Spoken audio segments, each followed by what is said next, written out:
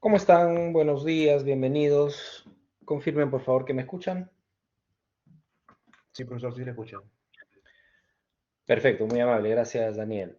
Un abrazo. Bienvenidos a todos los que están en sala, un fuerte abrazo, que estén muy bien.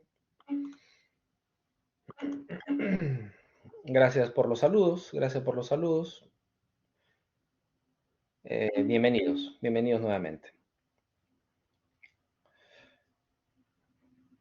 Ok, solamente comentarles dos cosas importantes. Estamos a semana 3, terminando la semana 3. Semana 5 tenemos dos evaluaciones, recuerden. La semana 1, perdón, la sesión 1 en la semana 5, la entrega de la entrega número 1 del trabajo final. Ya tienen habilitada la actividad en el aula virtual para tal fin, así que tomen sus recaudos, por favor, revisen bien el vencimiento para que no tengan problemas en la entrega. La sugerencia siempre en esta primera entrega, como lo dije en su momento, de preferencia encontrar la mayor cantidad de expedientes que puedan, los suben todos, por favor. Y seguramente en la retroalimentación de la semana 5 tendremos alguna opción mayor a elegir el que creamos conjuntamente es el más conveniente para desarrollar finalmente en lo que queda del trabajo final. Y en la sesión 2 de la semana 5 tenemos la PC2, perdón, la práctica calificada número 1, ¿de acuerdo? Y atento siempre, seguramente entre hoy y mañana estaré subiendo la tarea que corresponde a la semana 3 para aquellos que quieran participar, ¿de acuerdo? Bien, continuemos entonces porque hay demasiado que hablar y 2 horitas nos quedan extremadamente cortas. Empezamos a hablar la semana anterior, los criterios generales de lectura de planos, tratar de relacionar, o no tratar, relacionar los planos con, en principio, alguna exigencia normativa, sobre todo en el horizonte de presentación de proyectos, ya sea para este, eh, solicitar licencias de construcción o finalmente para poner una especialidad en un expediente técnico. Dijimos que los proyectos a la presentación de documentos, para la presentación de proyectos, también debería cumplir o debe cumplir con una serie de requisitos mínimos para cumplir en principio con una cuestión de forma. ¿Dónde encontramos esa suerte de condiciones indispensables para tal fin? En la norma GE020, que pedí por favor sea de lectura obligatoria.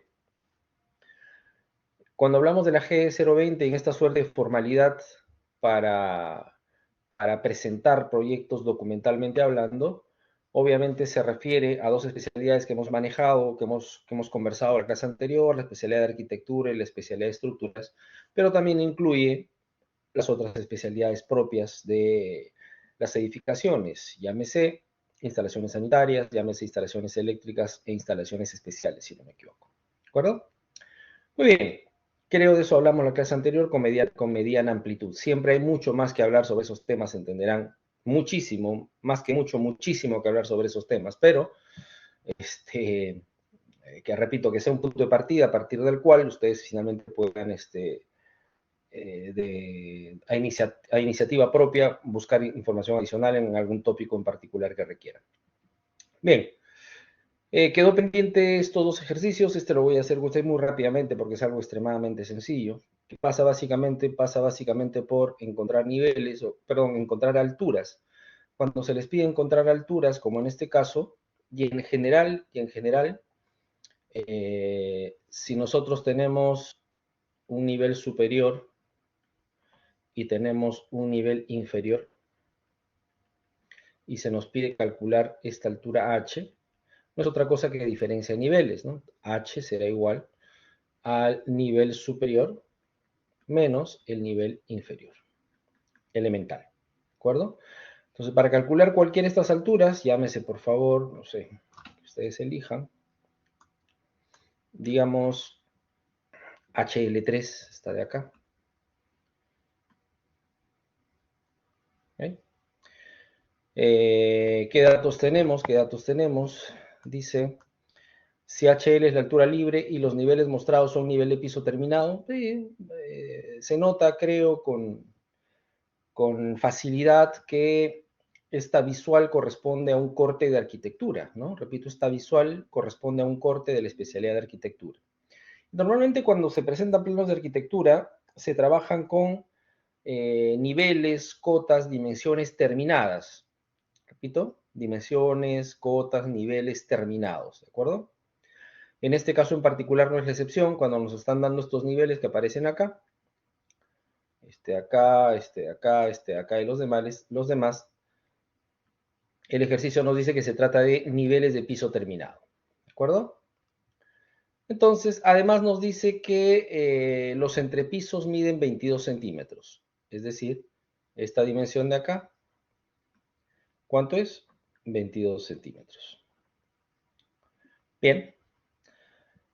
Entonces, para calcular HL3 necesitamos el nivel inferior, este de acá, y necesitamos el nivel superior, este de acá.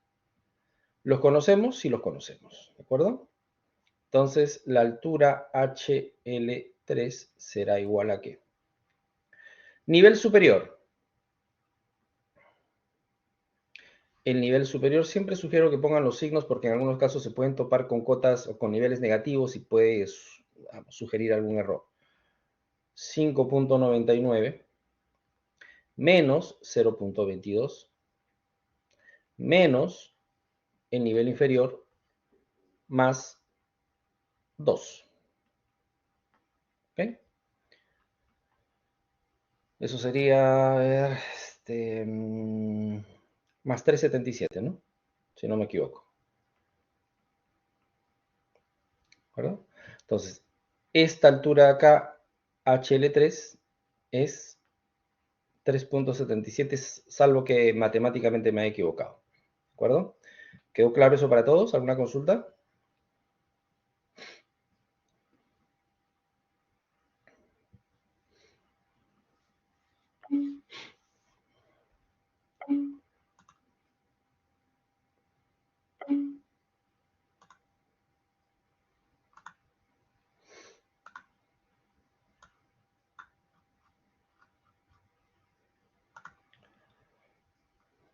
Ok, perfecto.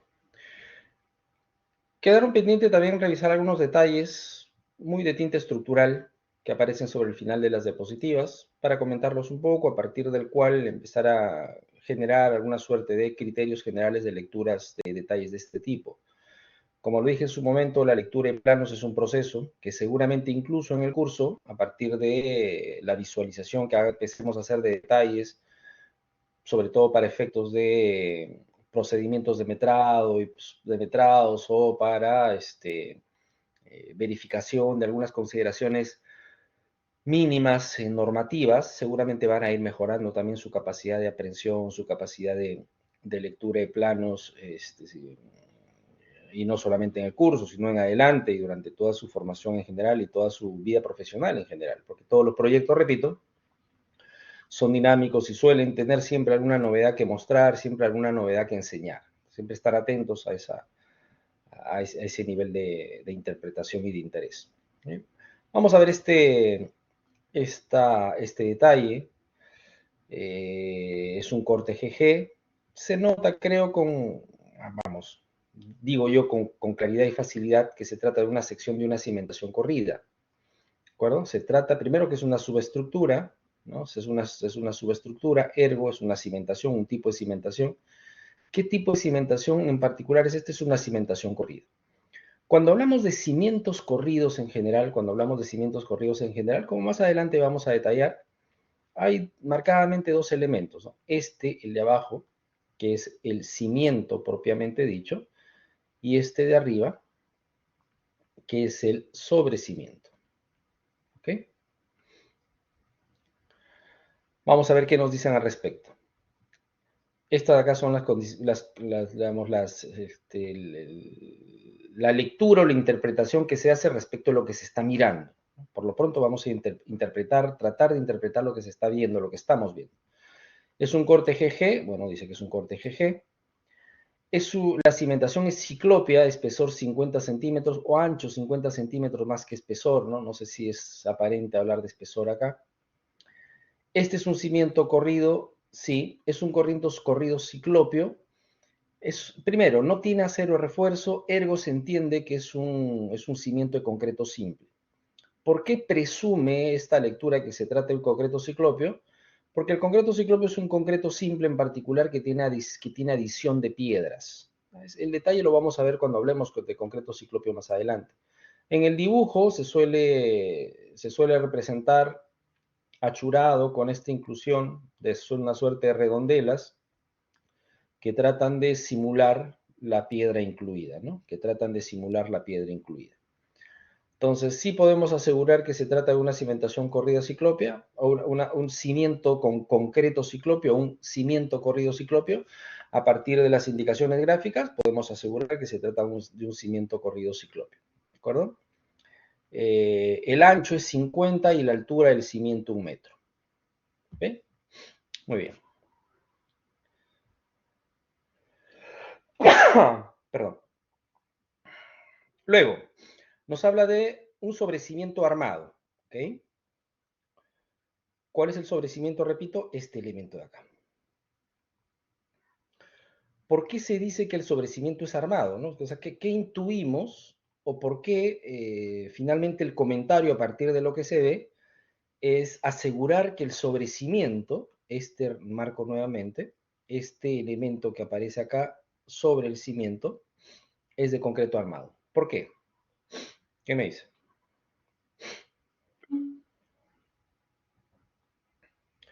Eric me dice porque tiene varillas de acero, o sea, porque tiene acero de refuerzo, ¿ok? Por el acero, correcto. Entonces, dejo por favor en suspenso algo que es muy importante, que más adelante, cuando empecemos a ver elementos estructurales más detalladamente, vamos a resolver. ¿Qué cosa es lo que dejo en suspenso?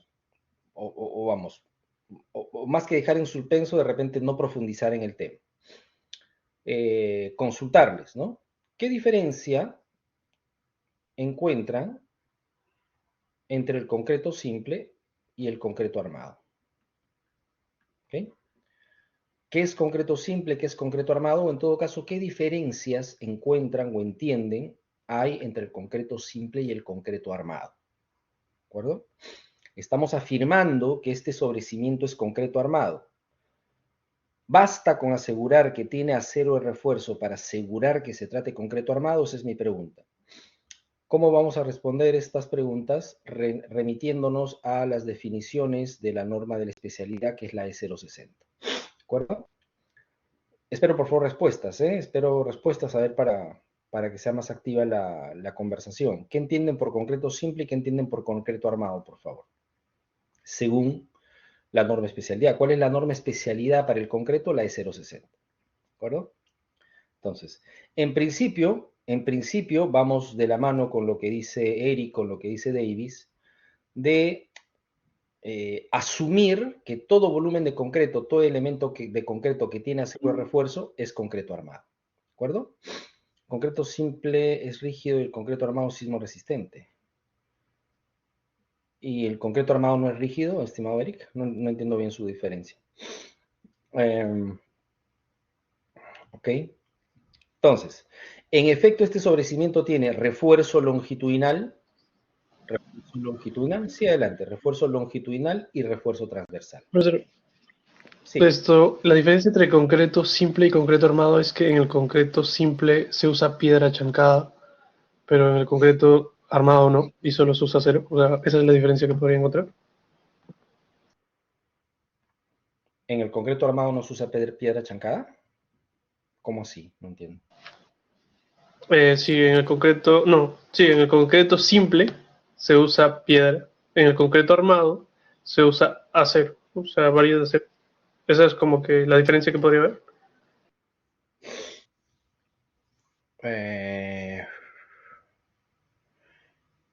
En el concreto simple se usa piedra y en el concreto armado no se usa piedra. No va por ahí. Concreto armado más resistente que el simple por el acero. ¿Ya? El concreto armado más resistente que el simple por el acero. El armado también usa agregados, por supuesto. El armado también usa agregados. En el concreto armado se usa el acero de refuerzo, por ello tiene resistencia mayor. ¿Ok? Ok. ok. Entonces, a ver, podemos convenir en lo siguiente, que todo volumen de, a ver si me dan la razón o no, ¿eh? Todo volumen de concreto que no tiene acero de refuerzo, todo elemento de concreto que no tiene acero de refuerzo, es concreto simple, y todo elemento de concreto que tiene acero de refuerzo es concreto armado. ¿Podemos llegar a esa conclusión salomónica? Todo volumen de concreto, todo elemento de concreto que no tiene acero de refuerzo es concreto simple, y todo elemento de concreto que sí tiene acero de refuerzo es concreto armado, ¿no? ¿Les parece? ¿Sí? ¿Qué opinan? No tanto. ¿Por qué no tanto, Víctor?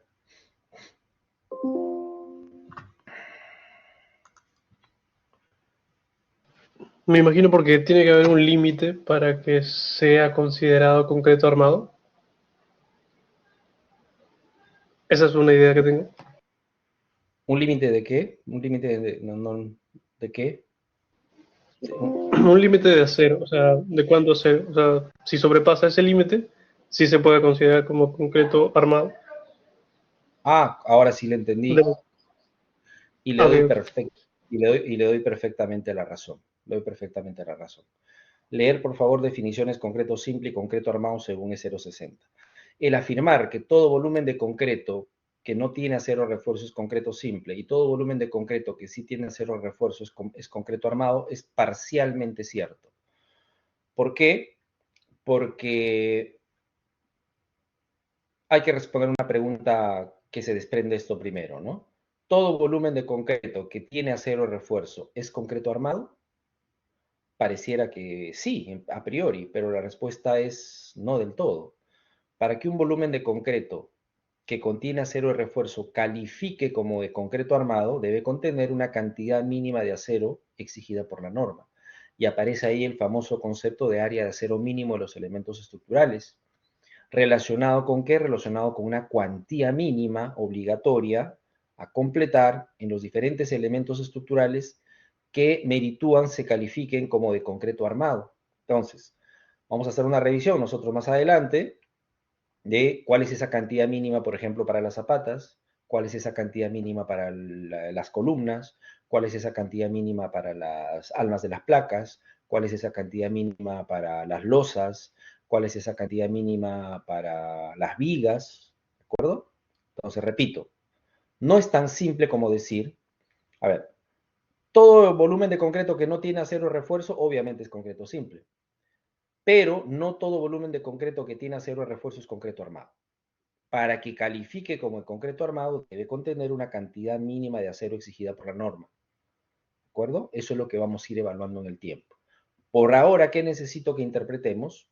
Dejándolo en suspenso, repito, vamos a asumir que esta cantidad de acero que están conteniendo estos elementos estructurales que estamos revisando, corresponden pues, o son suficientes para completar la cantidad mínima exigida por la norma y califican como concreto armado. ¿De acuerdo?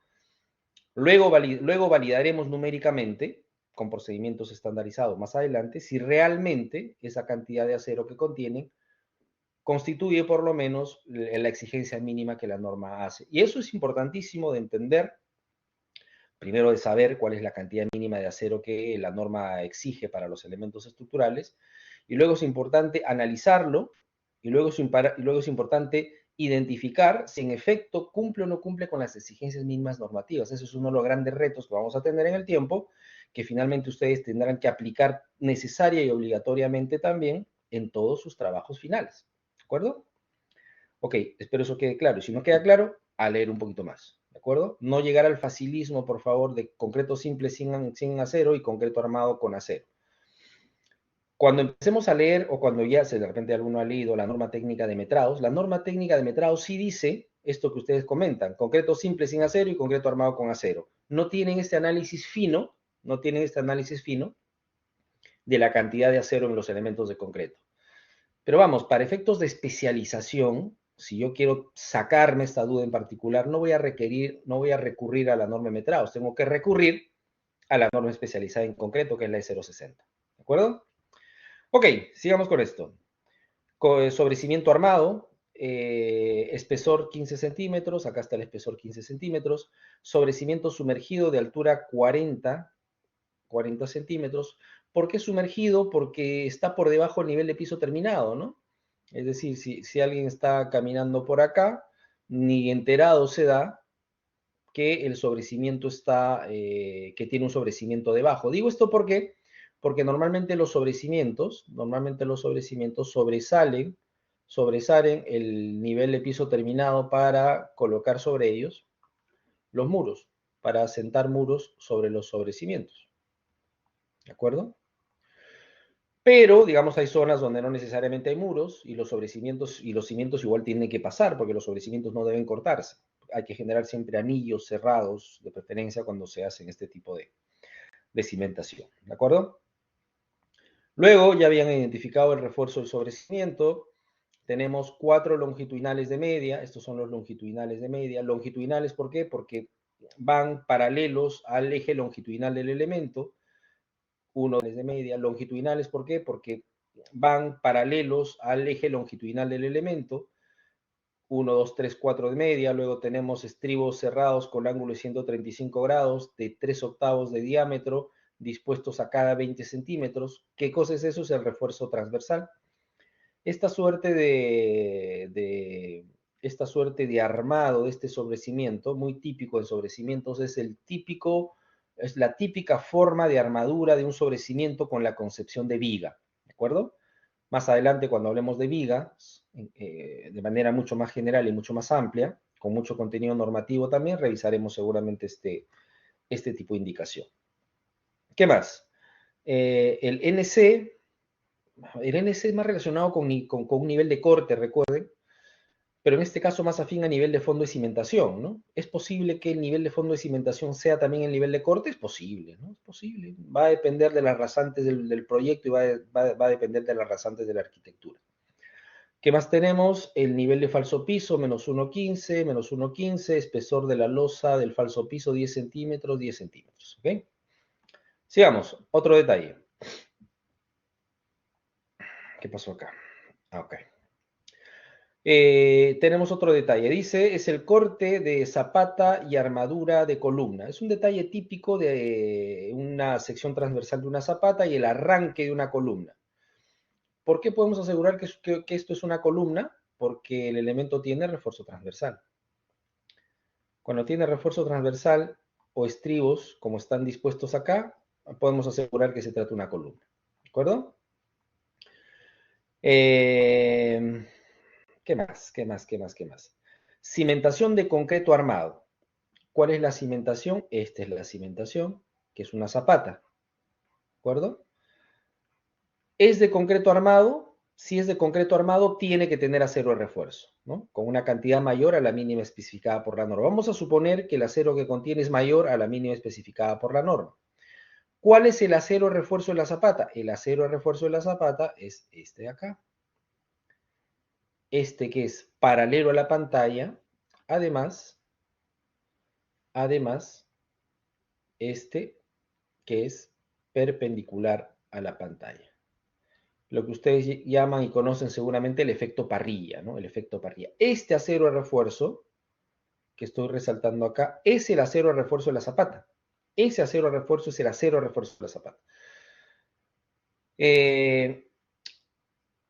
Discutiremos en su momento acero de refuerzo, por qué solamente se pone en la parte inferior. Es necesario también colocarlo en la parte superior. Es necesario colocarlo en la parte superior y en la parte inferior. Lo discutiremos en su momento cuando hablemos con mayor holgura de este elemento estructural. Es una zapata aislada de 60 centímetros de peralte, el peralte 60 centímetros. ¿Es una zapata aislada? Pareciera que sí, ¿no? Por cómo está dispuesto el acero de refuerzo, pareciera que es una zapata aislada. Siempre la recomendación es, María, Eric, Vicker, que cuando leamos cortes de este tipo, confrontemos esa información con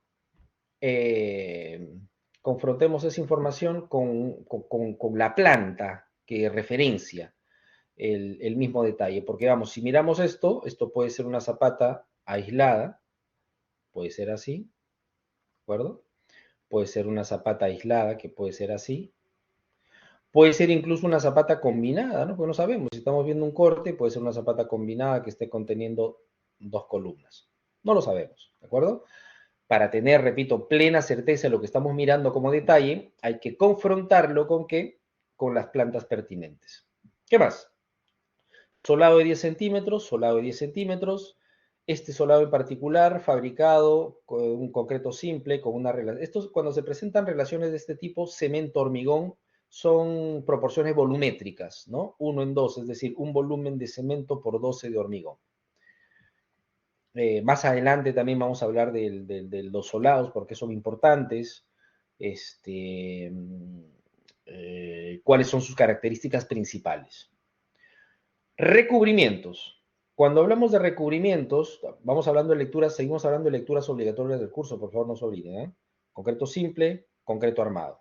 Concreto simple, concreto armado, según es 060. Importante. Pasamos a otra lectura obligatoria del curso. Capítulo 7, E060, en lo que se refiere a recubrimientos. ¿Ok? Abro nuevamente una pregunta y pongo en discusión lo siguiente. A ver si mayor cantidad de estudiantes colaboran con nosotros en su opinión. Siempre es bueno recibir opiniones, Bruno, Nadia, María, Daniel, entrar en una serie de sana discusión. Más que discusión, un sano intercambio. ¿Qué entienden por recubrimientos? Cuando hablamos de concreto armado, ergo es, ¿qué entienden por recubrimientos y por qué creen que son importantes los recubrimientos cuando hablamos de elementos de concreto armado? Pongo eso en discusión, por favor. Los leo, los escucho, como quieran comunicarse, por mí perfecto. Para esta zapata en particular, en cualquier momento, ¿eh? No duden en escribir o en conversar. Para esta zapata, por ejemplo, dice que el recubrimiento es de 7.5 centímetros en la parte inferior, acá está marcado, ¿no? Pues hay que respetarlo, y más bien de 5 centímetros en las caras laterales de la zapata, ¿no? Está especificado así en el plano, hay que respetarlo desde la construcción y hay que validarlo normativamente, ¿de acuerdo? ¿Qué más? Acá el NC hace referencia, entendemos, al nivel de fondo de zapata. ¿Ok? Estoy esperando sus comentarios, repito, me interesa mucho saber qué entienden por recubrimientos y por qué son importantes los recubrimientos. Otro detalle. Sí, Eli, adelante. Buenos días, profesor. A ver, recubrimiento para mí, o lo que yo entiendo es la capa de concreto que según especifica los planos es lo que se pone a una cimentación profunda eh, o superficial para que la humedad o los aceros no sean expuestos al medio ambiente y no puedan oxidarse o malograrse, ¿no? Eso. Ok, ¿solamente en la cimentación profunda y superficial? ¿O en todos los elementos de concreto armado? O claro, todos los elementos, ¿verdad? Ok, ya, muy bien, muy bien. Si alguien más quiere participar, me avisa. Y si quieren hacerlo por el chat, también van escribiendo mientras yo voy, vamos comentando este otro detalle. Hablamos de un detalle de zapata de borde, dice, ¿no? Hablamos de un detalle de zapata de borde. Corto y una zapata de armadura de columna ubicada en el borde de una esquina. ¿Es en el borde de una esquina? ¿Cómo sabemos es en el borde de una esquina? ¿No? Siempre hay que refrendar los cortes con las plantas, porque si yo me miro este corte en particular, se puede tratar de una zapata con la columna ahí, o se puede tratar de una zapata con la columna aquí. Esta es una zapata de esquina y esta es una zapata medianera. Cualquiera de las dos puede ser. Hay que refrendarlo siempre con la planta respectiva, ¿de acuerdo? ¿Es una cimentación de concreto armado? Sí, es una cimentación de concreto armado, asumiendo que este acero de refuerzo, tanto paralelo como perpendicular a la pantalla, corresponde a la zapata y que cumple con la cantidad mínima de acero exigida por la norma, por lo menos. ¿De acuerdo?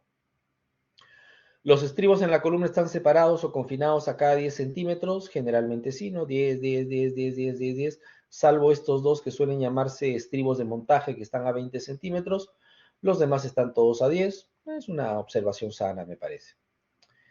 Estos estribos de montaje no solamente son estribos de montaje, ya son estribos también que van de la mano con un concepto importante. Optimizar la longitud de desarrollo. ¿Ok? Optimizar la longitud de desarrollo. Estos estribos, repito, que pueden parecer estribos de montaje, en algunos casos no necesariamente lo son, porque si tenemos un manejo coherente de estos estribos internos, podemos distribuir la longitud de desarrollo. Eso va muy de la mano con reducir muchas veces el peralte de la zapata. ¿De acuerdo? ¿Qué más? Esta es una zapata de 60 centímetros de espesor, de peralte, vemos por acá, un solado de 10 centímetros también, acá está el solado de 10 centímetros, el nivel de fondo de la zapata, menos 2.65. Correcto. ¿Qué pasaría? Un segundito, por favor. Protege, voy a leer un poquito los comentarios. Voy a leer un poquito los comentarios. El recubrimiento brinda más estabilidad y evita la exposición del acero corrugado. Ok.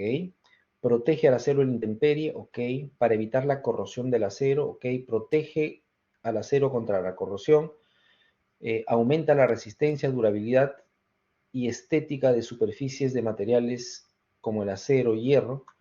¿Qué pasaría si todos los estribos van a 10? ¿Qué pasaría si todos los estribos van a 10? ¿Se refiere acá?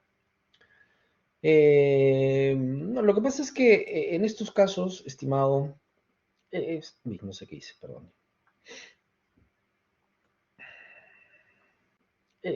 No sé qué hice, perdón.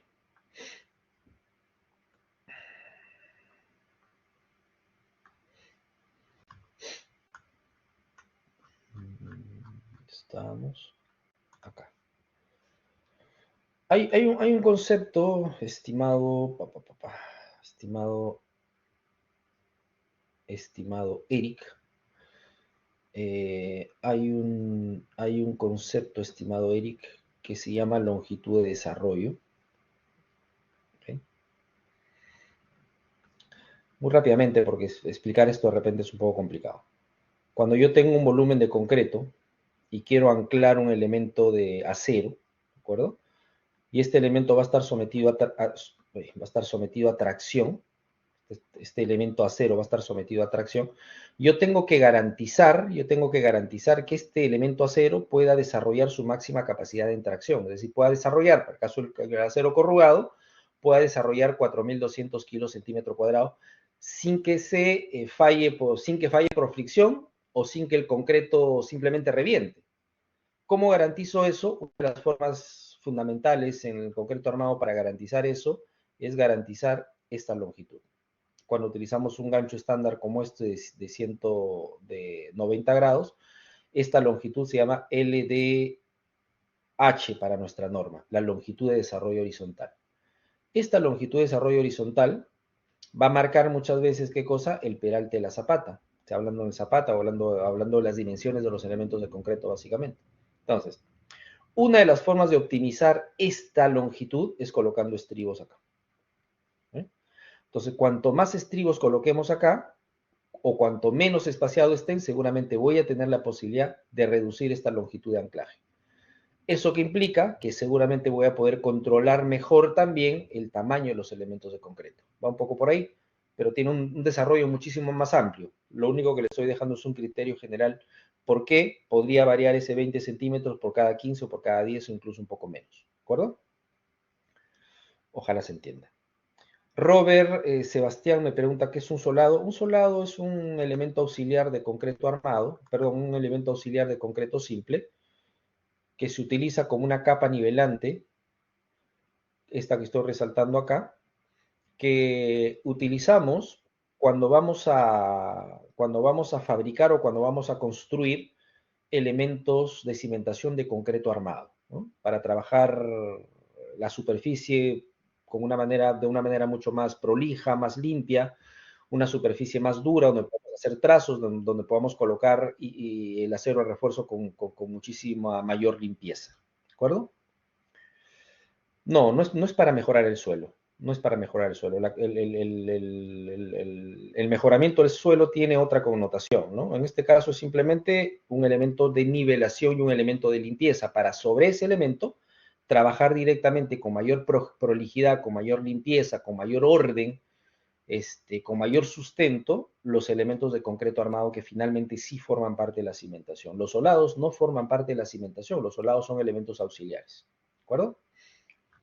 El mejoramiento del suelo tiene otra connotación, ¿no? Los solados no va por ahí.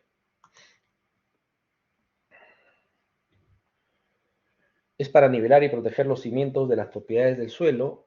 No, porque para eso está el recubrimiento, Davis, ¿no? Para eso están los recubrimientos. Obviamente los solados van a ayudar a coadyuvar seguramente una mejora en ese sentido, pero los solados estrictamente tienen otra connotación, repito. Proporcionar una superficie nivelada, pareja, dura, limpia, donde podamos hacer trazos adecuadamente para delinear la geometría de nuestras cimentaciones o de los elementos que salen de la cimentación y colocar adecuadamente el acero de refuerzo sobre todo. Para eso son los solados. Otro corte, acá tenemos un corte DD, es un corte DD. Okay, acá dice corte DD, es un corte DD entonces. ¿Qué más? Cimentación simple de ancho 50 centímetros. ¿Sí? ¿Es una cimentación de concreto simple o es una cimentación de concreto armado? Es una cimentación de concreto simple porque no tiene acero refuerzo. No confundir este acero refuerzo que ustedes están viendo dentro de la cimentación es el acero refuerzo de anclaje del refuerzo vertical de la placa. No es el acero de refuerzo del cimiento, ¿de acuerdo? Es el acero de refuerzo de anclaje de la placa de concreto armado. Ergo, esta cimentación es una cimentación simple o de concreto simple. 50 centímetros acá. La losa de apoyo es la base de una escalera, bueno, eso dice acá, habría que refrendar siempre eso con algunos otros documentos gráficos. Las varillas de la placa, si yo a priori les presento este gráfico, pues, y si les pregunto qué es el alma de una placa o es una columna, inmediatamente me tienen que decir que es el alma de una placa. ¿Por qué? Porque no tiene estribos, ¿no? Las columnas deben tener estribos, en este caso no tiene estribos. Entonces se trata de una placa, de un muro, lo que nosotros llamamos o conocemos como almas de placas. ¿De acuerdo? ¿Qué particular tiene un alma de placa? Que tiene refuerzo horizontal y tiene refuerzo vertical, con distribución superficial del acero de refuerzo. ¿Cuál es la distribución superficial del acero de refuerzo? Más adelante vamos a profundizar en eso. Escojo un diámetro y le asigno un espaciamiento, ¿no? Como por ejemplo acá, phi de 3/8 cada 20, phi de 3/8 cada 20, tanto para el refuerzo vertical como para el refuerzo horizontal. ¿De acuerdo? El nivel de fondo de la cimentación, 2 menos 2,65 menos 2,65 nuevamente. Otro detalle, bueno, bastante similar al anterior, no sé si vale la pena revisar.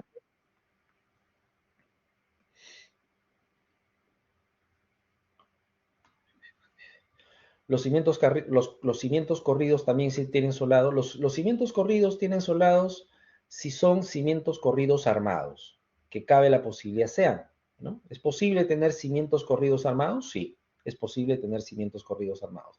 Si vamos a construir cimientos corridos armados que van a tener acero refuerzo o que se exige se coloque acero refuerzo, sí la exigencia es que se coloquen previamente unos solados para trabajar adecuadamente el cimiento. ¿De acuerdo? Pero si su pregunta va en el sentido de ¿es necesario colocar solados cuando el cimiento es una cimentación corrida ciclopia? La respuesta es no tiene sentido, ¿no?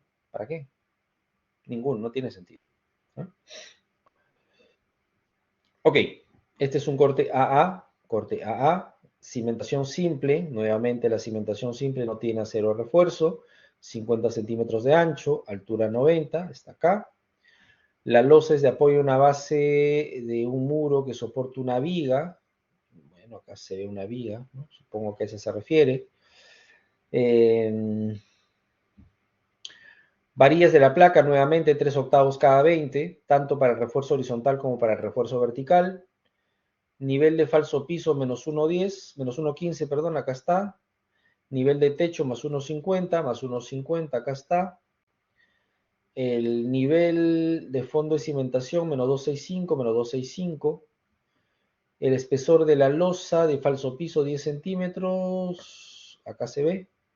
El espesor de la losa entre piso 20, acá se ve. ¿Qué más? Caso particular de muro ubicado en el límite de propiedad, conjunto de 3 centímetros de espesor. Es probable que esté especificado. Dice acá.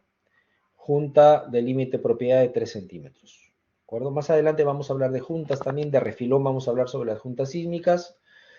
Y para validar la dimensión de las juntas sísmicas hay que remitirnos necesaria y obligatoriamente al diseño sísmico y particularmente a la E0CD, a la E030, que tiene unos artículos interesantes al respecto. Seguramente en su momento los revisaremos. ¿De acuerdo?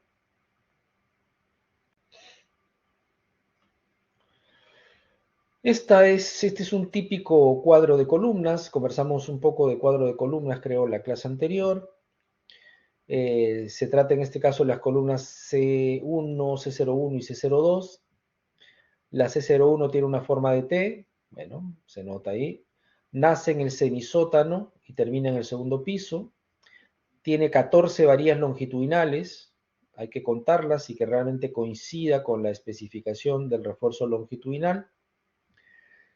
Esta columna en particular tiene dos diferentes tipos de diámetros. Tiene varillas de 3/4 y tiene varillas de 5/8. Cuando tenemos esa disyuntiva hay que identificar cuál es cuál, ¿no?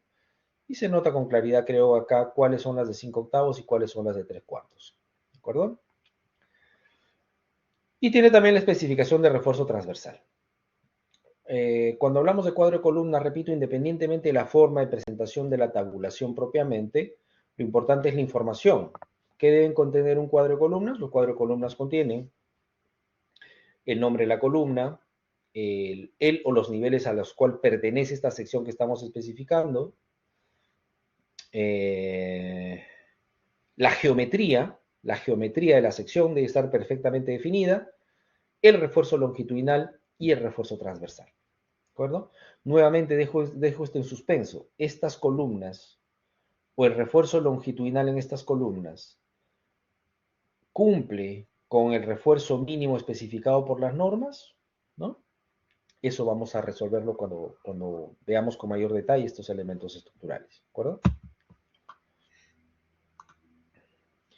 Otro detalle por acá. Tenemos, ¿qué es esto? Un aligerado típico unidireccional. Un aligerado típico unidireccional, ¿no? Cuando hablamos de unidireccional, estamos indicando que el sentido de las viguetas o el sentido de distribución de las cargas es en atención a viguetas que recorren solamente en un sentido, ¿no? En el sistema de entrepisos. Este es un corte típico, una losa aligerada convencional, unidireccional de 20 centímetros de espesor. ¿De dónde salen los 20 centímetros de espesor? Acá. ¿No? Este nivel, ¿qué nivel sería? Este nivel sería nivel de piso terminado o sería nivel de techo sin terminar. ¿Mm? Si les pregunto eso en la PC, ¿qué me dirían?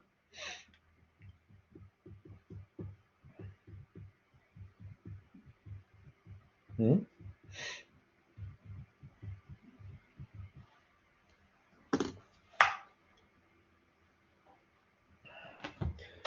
Voy a tomar nota para no olvidarme. Ya estamos armando las preguntas de la PC2.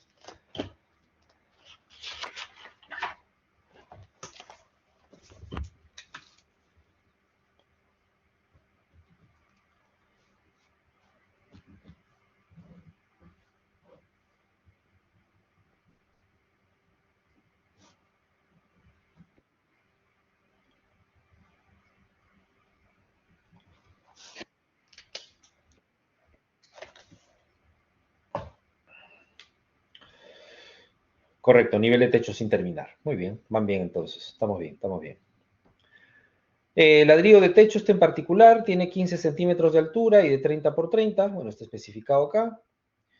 Si el ladrillo de techo es de 30 y el ancho de la vigueta es de 10 centímetros, es lógico pensar que la distancia entre eje de viguetas o de correas es de 40 centímetros. Correcto, eso es bien. Siempre es así, no necesariamente, ¿no? No necesariamente. ¿A qué voy? ¿A que los aligerados siempre tienen que ser de 20? No. Los aligerados pueden ser de 12. Los aligerados pueden ser, a ver, hay aligerados de, perdón, hay aligerados de 17 cuando el ladrillo es de 12, hay aligerados de 20 cuando el ladrillo es de 5, hay aligerados de 25 cuando el ladrillo es de 30, perdón, cuando el ladrillo es de 20 y hay aligerados de 30 cuando el ladrillo es de 25 de altura. ¿De acuerdo?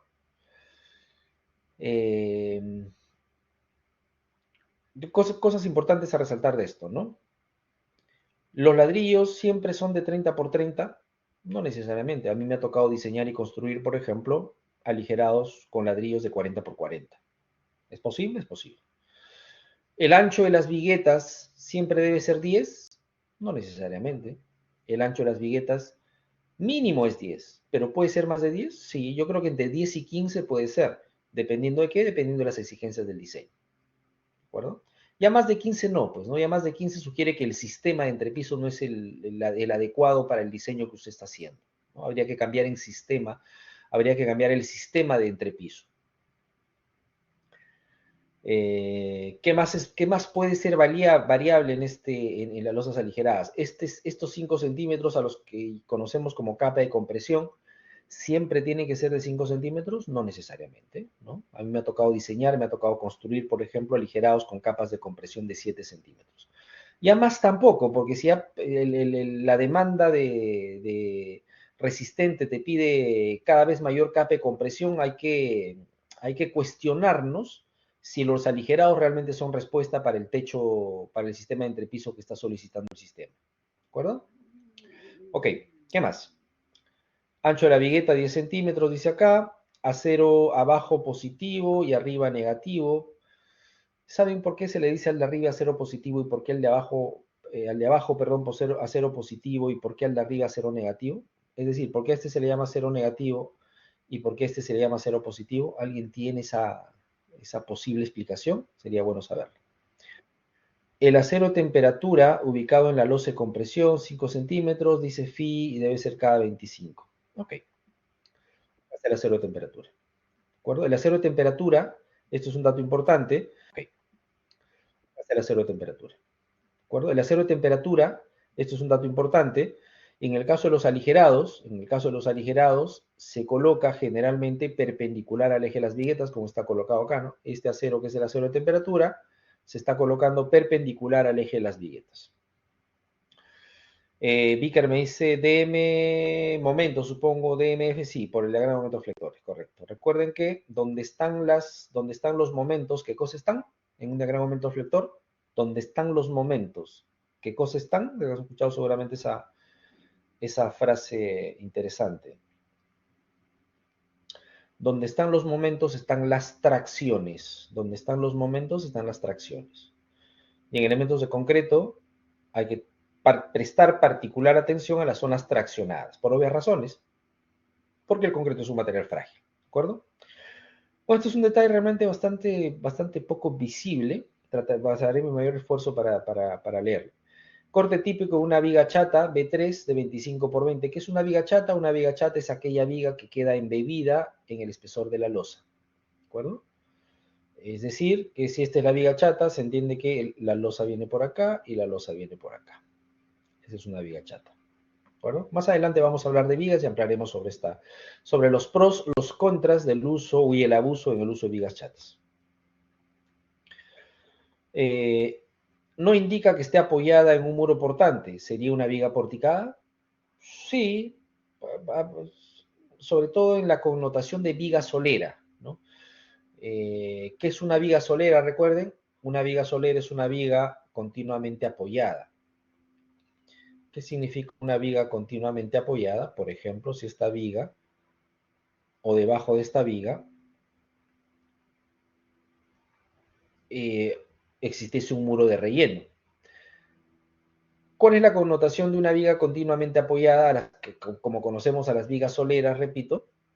que están continuamente apoyadas en un muro o están apoyadas continuamente, el fondo de la viga está continuamente apoyada sobre un muro. Una viga en esas condiciones va a tener problemas de deflexión. No, no va a tener problemas de flexión, no va a tener problemas de control de flechas. Por eso que la viga solera tiene otro tratamiento desde el análisis, ¿de acuerdo? Esta a luces no es una viga solera, ¿no? El eje A y D hay vigas peraltadas BS, ¿no? Vigas peraltadas BS. Se llama vigas peraltadas, que a la vez pueden ser vigas soleras cuando son superaltes mayor al peralte de la losa. Se ve el descuelgue de la viga por debajo.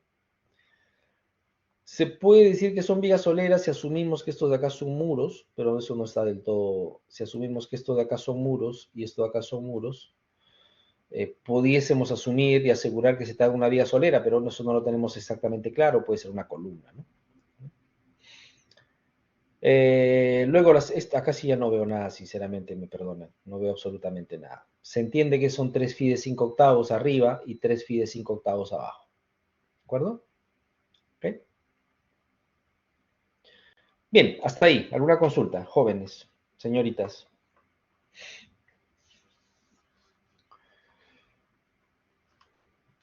Me llegaron a contestar respecto a los recubrimientos. Bueno, he leído algunos comentarios.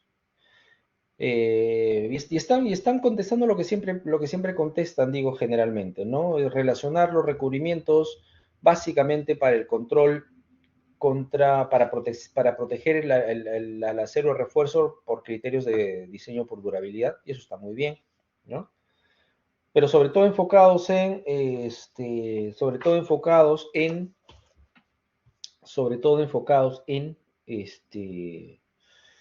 la protección contra la corrosión. Vamos, eso está bien, pero no es lo único, ¿no? Cuando hablamos de los recubrimientos, tienen algunas otras funciones también muy importantes. Dentro de la protección, obviamente proteger al acero de refuerzo de la agresión externa, y los niveles de agresión son pues variados, variopintos, multifacéticos, dependiendo del ambiente, el lugar finalmente donde se construyen los elementos de concreto. Otro nivel de protección importantísimo, donde juega un papel fundamental los recubrimientos también, dentro de los esquemas de concreto armado, es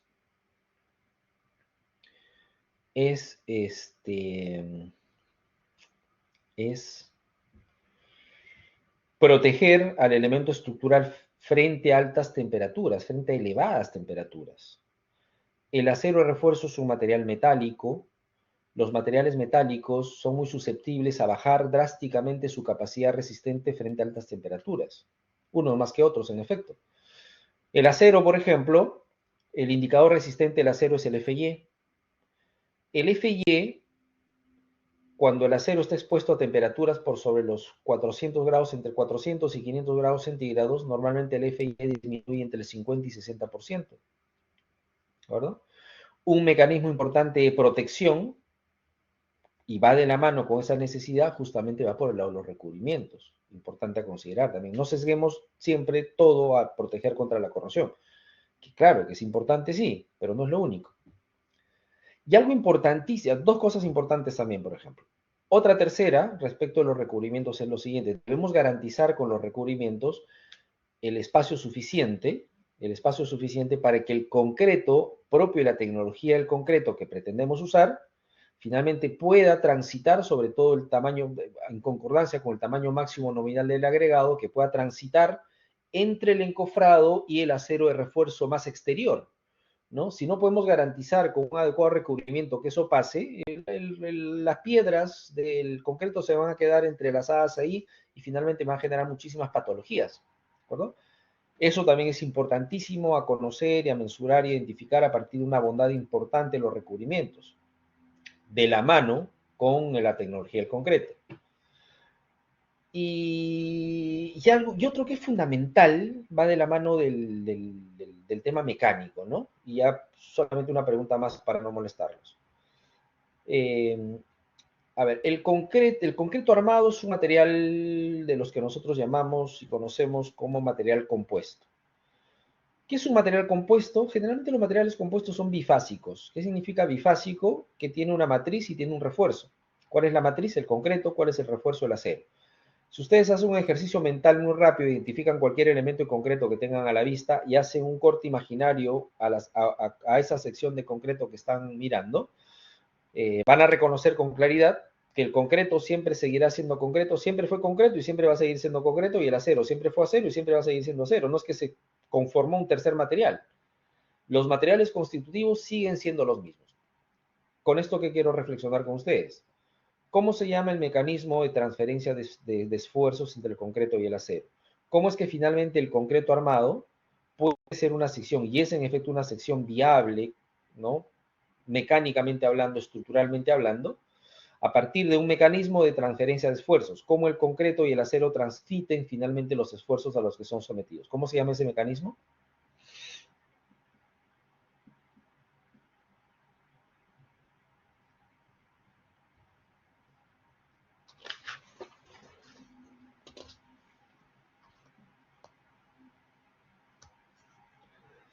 Ese mecanismo de transferencia de carga se llama adherencia, ¿no?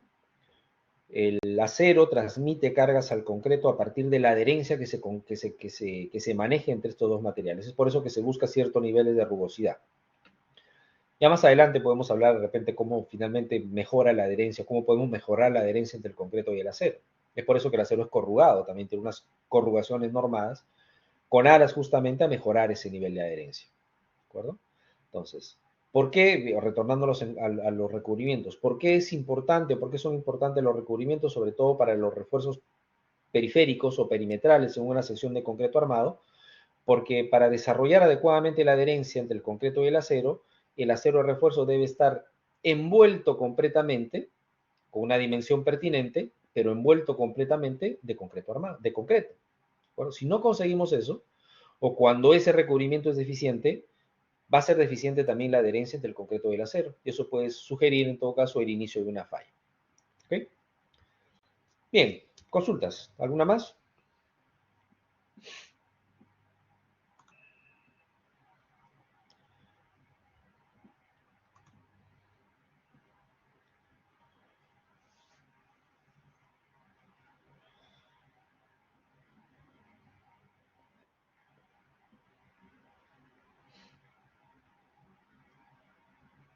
Ok.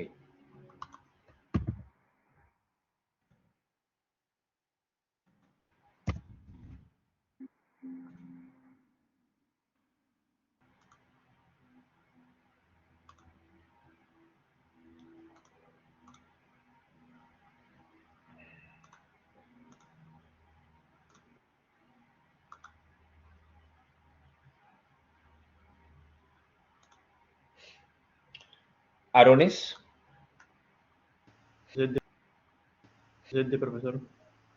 Auqui, Presente, profesor. Bayón, Presente, profesor.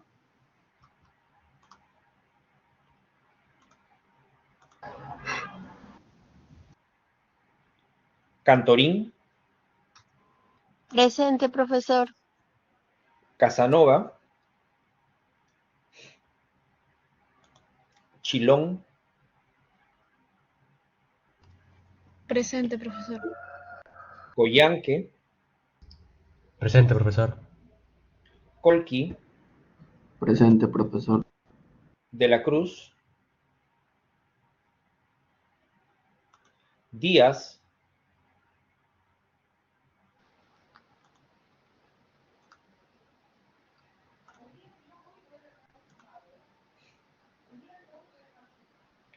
Esteban, Presente, profesor. Figueroa, Flores, Presente, profesor.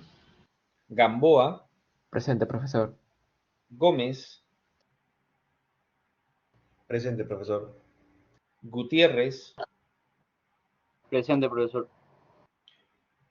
Guayguapuma,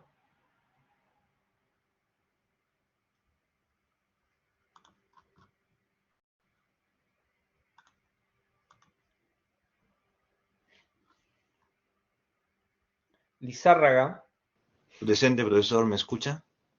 Sí. López, Presente. Luna, Presente, profesor. Mamani, Presente, profesor. Mujica, Presente, profesor. Muñoz, Presente, profesor. Navarrete, Presente, profesor.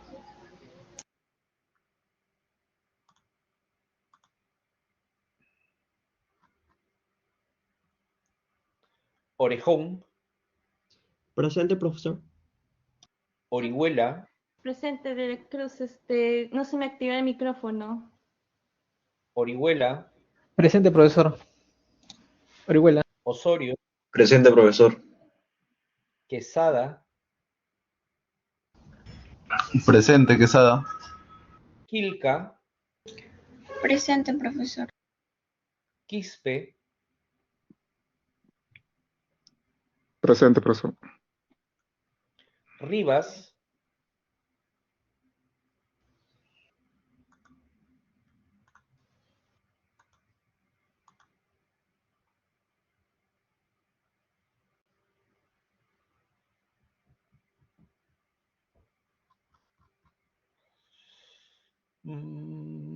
Rivera, Rodríguez,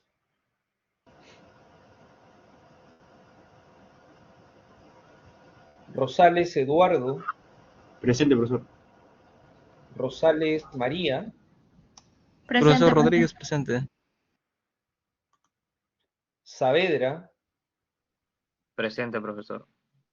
Sánchez, Presente, profesor. Santos, Presente, profesor. Sebastián, Presente, profesor.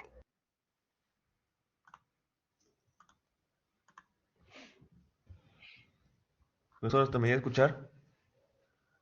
Segura, Profesor de la Cruz, esté presente, no se me activa el micrófono. Incluso le escribí en el WhatsApp del grupo. Cernaque, Presente, profesor. Tarazona, Presente, profesor. Tarazona Jericó, Tarazona Jesús, ¿de acuerdo? Tito, Presente, profesor. Tuni, Presente, profesor. Valverde. Profesor, Figueroa, presente. Profesor Valverde. Un favor inmenso, aquellos que en su momento no contestan, esperen por favor sobre el final para poder retomar su lista. Se lo voy a agradecer infinitamente, ¿eh? Porque si no entramos en un desorden inmanejable. Ahora sí, me habló de la Cruz, creo, ¿no? De la Cruz Tesi, ¿cierto? Profesor, ¿me voy a Sí. escuchar? Sí, ahora sí, dígame, ¿cuál es su nombre? Rivera, presente. Ok. Tengo ausentes a Figueroa, Casanova, presente, profesor. Figueroa, Guayguapuma, Sí, profesor. Rivas. Hugo presente, profe. Ok, tengo ausentes entonces a Casanova, Díaz y Rivas. Repito, Casanova, Díaz y Rivas. ¿De acuerdo? Ok. Bien, ahora sí, descansemos unos 3 minutitos, por favor, y volvemos para seguir conversando, salvo que tengan alguna consulta. Profesor, Sí, dígame. en cuanto a la adherencia que usted menciona, está específicamente en la norma E060, la adherencia. La adherencia es una propiedad indispensable para el concreto en general, ¿no? Para que el concreto funcione como material estructural con niveles resistentes importantes, la adherencia que se consigue que se busca es importantísima. Claro, ¿no? me refiero a la pregunta que usted hizo hace unos minutos. ¿Está también en la norma E060? Sí, claro, por supuesto. Sí, sí, sí. Específicamente, o sea, el mecanismo que usted mencionó, o sea, la pregunta que usted hizo, ¿no? Formuló. Porque yo encuentro adherencia, pero solamente, por ejemplo, envoltura para tendones de preesfuerzo no adheridos, material que encapsula el acero preesforzado para impedir la adherencia del acero, etc, etc, etc. O sea, pero no como usted lo formuló, ¿no? La pregunta, me refiero. Lo que pasa es que he formulado seguramente, a ver, hay que tener en cuenta una cosa, ¿no? Las normas finalmente son un resultado de un análisis teórico, pues, que se ha elaborado con el concreto armado de toda la vida, desde el concreto existe, ¿no? Por ejemplo, cuando se empezó a trabajar el concreto armado, obviamente se empezaron a trabajar el concreto armado con varillas lisas. No es que con varillas lisas no exista adherencia, y no es que con varillas lisas no se requiera adherencia para la transferencia de esfuerzos, sino que el nivel de adherencia que se consigue es menor. ¿Qué implica eso? Que los diámetros seguramente tienen que ser mayores, las longitudes de desarrollo tienen que ser mayores, las longitudes de empalme tienen que ser mayores.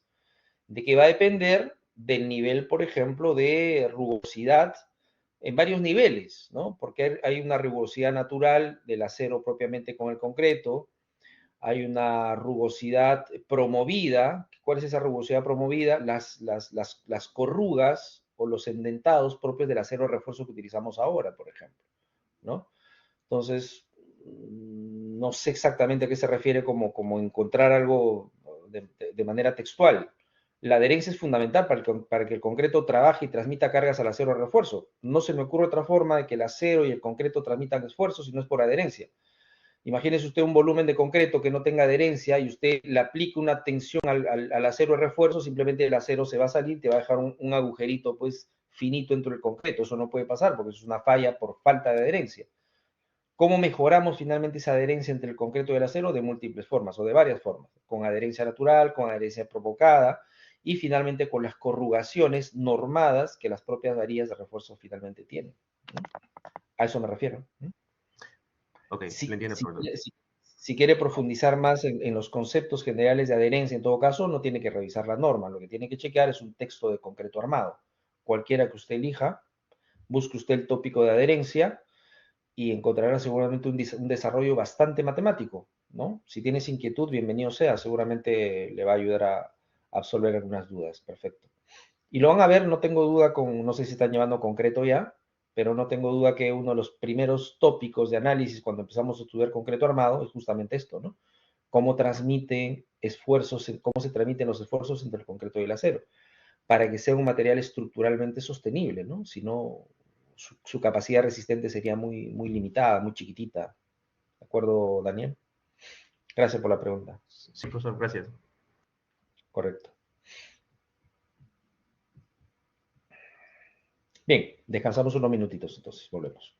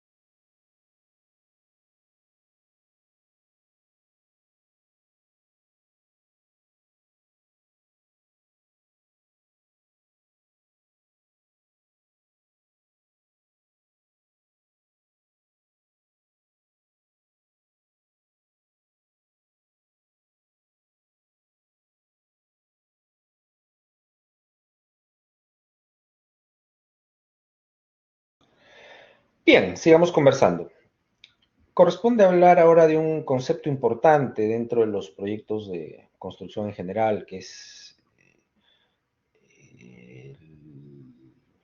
o que son en todo caso los equipos mínimos, ¿no? ¿Qué son los equipos mínimos? ¿Qué connotación tienen los equipos mínimos? ¿Es discrecional para los responsables del proyecto? ¿No es discrecional? ¿Tiene algún un nivel de obligatoriedad respecto a las condiciones contractuales previamente establecidas? Vamos a hablar de un poco de eso, ¿de acuerdo? Ya vamos metiéndonos ya con mayor cercanía al arranque propiamente de los procesos constructivos. Normalmente cuando a obra se refiere o a arranque de obra se refiere, realmente nosotros como ingenieros nos sentimos realmente que estamos empezando propiamente la construcción cuando empezamos a hacer nuestros procesos de excavación, ¿no? Cuando recién empezamos a excavar o cuando empezamos a excavar, recién sentimos que estamos construyendo propiamente. Pero eso no implica que hay todo un manejo previo muy importante de reconocimiento, de organización, de planificación, de layout del terreno en el sentido de resolver adecuadamente la distribución espacial de nuestro proyecto para procurar sea lo más productiva posible, ¿no? Esta distribución de los espacios, de los ambientes fundamentales a concebir y a considerar nuestros proyectos, repito, que nos permitan trabajar con confort, con mediano confort en todo caso, que permitan que tanto para nosotros como todos los participantes del proyecto finalmente puedan desarrollar al máximo todas sus capacidades.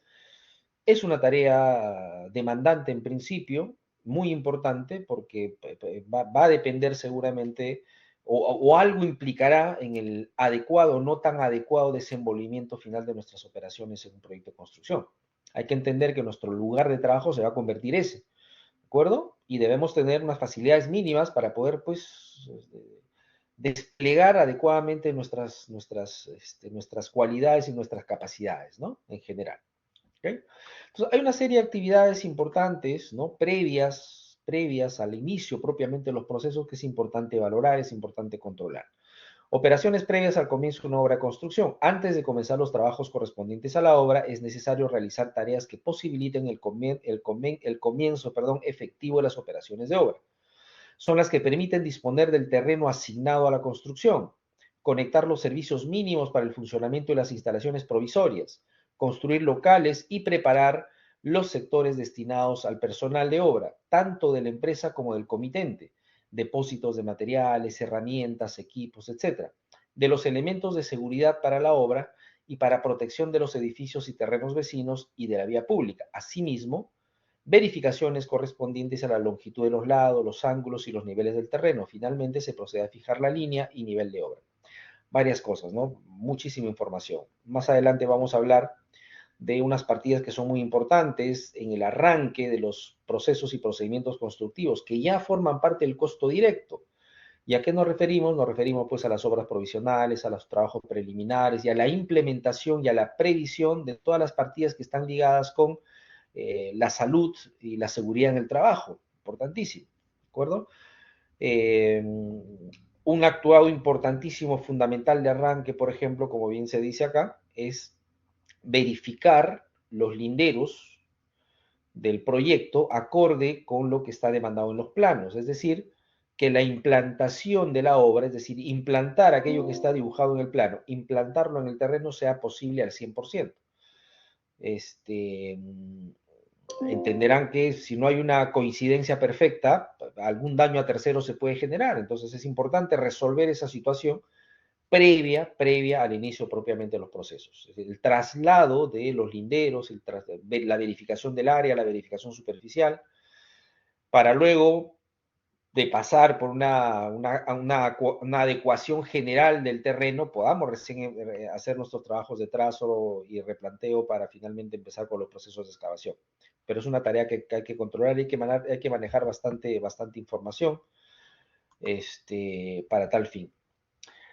Ya desde consideraciones generales, digamos, de de motivación y de actuación, particularmente que nos toca como ingenieros residentes, como responsables del proyecto, lo primero que tenemos que hacer es estar plenamente conscientes del nivel de responsabilidad que tenemos. Somos los responsables de la ejecución del proyecto. Es por eso que normalmente cuando empezamos a atender nuestros cercos, se genera de alguna manera esta suerte de sensación de estar generando un territorio o una suerte de extraterritorialidad en esa porción de tierra en la que finalmente nosotros los ingenieros residentes vamos a ser una suerte de señores feudales, ¿no? Obviamente hay que tomar esa condición o esa posición que nos da la responsabilidad con muchísima mayor responsabilidad, ¿no? O esa posición que nos da la profesión y la ocupación con muchísima responsabilidad, ¿de acuerdo? En ese sentido pasa, en principio, una sana recomendación que siempre trato de darle a mis estudiantes y también la converso mucho con colegas, es, primero, si no somos conscientes del nivel de responsabilidad que pesa sobre nosotros, desde nuestros hombros, sobre nuestros hombros a partir de la lectura y todo lo que trasunta pues de las exigencias normativas, vamos a ser un poco inconscientes, diría yo, en el quehacer cotidiano de nuestras tareas, en el quehacer cotidiano de nuestras labores. Hay que ser plenamente conscientes del nivel de responsabilidad, importante, ¿de acuerdo? Luego, nosotros como ingenieros residentes debemos ser, y eso es una exigencia personal, es una opción personal, es una decisión personal, debemos ser los que más conocemos de nuestro proyecto. Nosotros debemos ser, como ingenieros residentes, el que más detenidamente ha leído todos los documentos contractuales, todos los documentos del expediente técnico, todos y absolutamente todos, por más letra pequeñita, papel grande, mediano, en cualquiera de los formatos, absolutamente todos los documentos del proyecto deben haber pasado por nuestras manos y haber sido devorados. Nadie en el proyecto, internamente e incluso exteriormente, debe conocer más de nuestro proyecto que el ingeniero residente. Cuestiónense, por favor, si en alguna ocasión alguno de los participantes del proyecto, tanto internos como externos, conoce más del proyecto que ustedes. Eso no puede pasar. Si eso sucede, es que algo ha hecho mal o algo está haciendo deficientemente respecto del despliegue de esfuerzos que usted debe desarrollar como ingeniero residente, de conocer a plenitud, de cabo a rabo, absolutamente todo su proyecto. ¿De acuerdo? Usted debe tener el plano de ejes grabado en su cabeza, ¿no? El plano de ejes grabado en su cabeza. Cuando usted le dice, ingeniero, por si acaso tenemos un problema de no calidad en una columna, usted lo inmediatamente que debe preguntar es, ¿de qué eje estamos hablando? ¿No? Y el que está a su costado le dirá, mire, estamos hablando de los ejes, entre el eje 3 y el eje C. Ah, ok, usted debe saber exactamente dónde se trata su ubicación y debe ir inmediatamente a atender el problema. Por decir algo, ¿no? Nadie en su proyecto debe conocer su proyecto, debe conocer el proyecto más que el ingeniero residente. Si eso sucede, repito, algo está haciendo mal o le falta a usted como ingeniero residente desplegar o multiplicar los esfuerzos para conocer el proyecto más que todos los demás. Es por una cuestión de responsabilidad, ¿de acuerdo? Es una cuestión de responsabilidad. ¿Okay? Bien, en ese sentido, cuando ya se nos encarga directamente la ejecución de un proyecto, hay algunos actuados importantes que se ven, entre otros, ¿no? Este es un listado menor, de repente, a partir de eso se puede abrir un abanico bastante más amplio de discusión. Tipo de suelos. Si a usted le encargan la ejecución de un proyecto, ya empieza a pisar el terreno, ya empieza a ensuciarse las botas, una primera pregunta ¿es necesario hacer un estudio de mecánica de suelos de parte? Se entiende pues que el expediente técnico ya tiene un estudio de mecánica de suelos, se ha desarrollado una ingeniería en base a ese estudio de mecánica de suelos, usted empieza a caminar la obra y se pregunta siempre, ¿no? Oye, esa información que aparece en el estudio de mecánica de suelos, ¿será correspondiente o corresponde o corresponderá a aquello que estoy pisando en este momento? Vamos, con 100% de certeza no lo vamos a saber, ¿de acuerdo? Entonces, ahí entra a tallar algo que es muy importante, ¿no? A partir de la experiencia, a partir de mucha obra previa, a partir de situaciones similares, hay un concepto que es fundamental, que hay que aprender a manejar nosotros los ingenieros con mucho tacto, que es la duda razonable, ¿no? Si tenemos una duda razonable en este caso en particular, de que los parámetros geotécnicos del suelo en condición real no coincidan, por ejemplo, con los parámetros geotécnicos del estudio de mecánica de suelo, si tenemos una duda razonable por algún antecedente previo, me ha pasado algo similar en otra situación que no quiero que me vuelva a pasar, no nos cuesta nada, bueno, no es que no nos cueste nada, o incidentemente, elaborar este estudio de mecánica de suelo respecto de lo que cuesta un proyecto de construcción, realmente su incidencia es prácticamente cero. Si eso nos va a permitir dormir mucho más tranquilos, tener mayor nivel de precisión respecto de lo que recién estamos empezando y lo que se va a proyectar, no dudemos en hacerlo. No dudemos en hacerlo, ¿de acuerdo? A mí me ha pasado varias veces que en algunas ocasiones los estudios de mecánica de suelos de campo, de parte que hemos ejecutado, han estado muy distantes, muy distanciados de las exigencias o de las indicaciones del estudio de mecánica de suelos de los expedientes técnicos. Puede pasar. En la vida del Señor puede pasar de todo, jóvenes. Hay que estar preparados para cualquier situación, ¿de acuerdo? Finalmente, a ver, ¿por qué esto es importante? Los parámetros geotécnicos no le van a salir, los parámetros geotécnicos no les van a salir exactamente iguales, ¿no? Hablamos de órdenes de magnitud. Tener presente alguna cosa que es muy importante respecto al de los estudios de mecánica de suelos. De repente alguno sabe. ¿Cuál es el factor de seguridad que generalmente se utilizan para los ensayos o el cálculo de parámetros geotécnicos de los estudios de mecánica de suelos? De repente alguno sabe, ¿no? ¿Cuáles son esos factores de seguridad? Si alguno sabe, me lo dice. Entonces, ¿es importante hacer un estudio de mecánica de suelos de parte? Depende, ¿no? ¿Depende de qué? Depende de las dudas razonables que uno como ingeniero civil tiene. Eso se gana en el tiempo.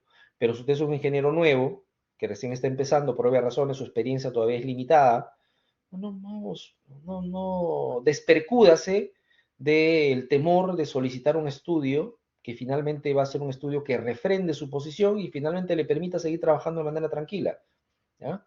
Demos ese paso, no hay problema con eso. Tipo de vegetación, no sé qué exactamente se refiere, yo entiendo que, es posible que entre usted gana la obra y finalmente empieza a construir, de repente en ese entremés, que pueden ser semanas, meses, incluso varios meses, de repente superficialmente hay que remover alguna maleza en particular, lo que fuere, vamos a tener que hacerlo para adecuar perfectamente el terreno para empezar con nuestros procesos de implantación. Estado de los edificios, altura de las edificaciones medianeras, de las edificaciones colindantes, esto es importante. Recuerden que tenemos un estudio de ubicación, un plano de ubicación y localización que tiene una información al respecto, pero las ciudades son bastante activas, ¿no? De repente en el plano de ubicación, nuestros vecinos eran una casa de 3 pisos de un lado y una vivienda de 2 pisos del otro.